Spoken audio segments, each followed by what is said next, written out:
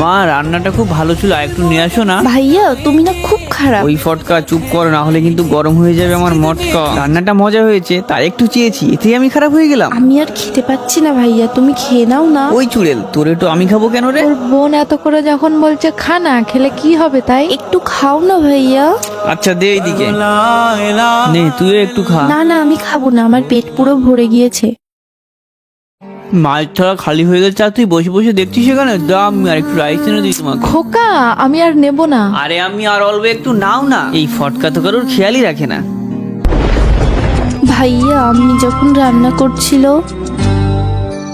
চালও অল্প কটা রয়েছে আর বাড়িতে টাকাও নেই, তাহলে কি করব?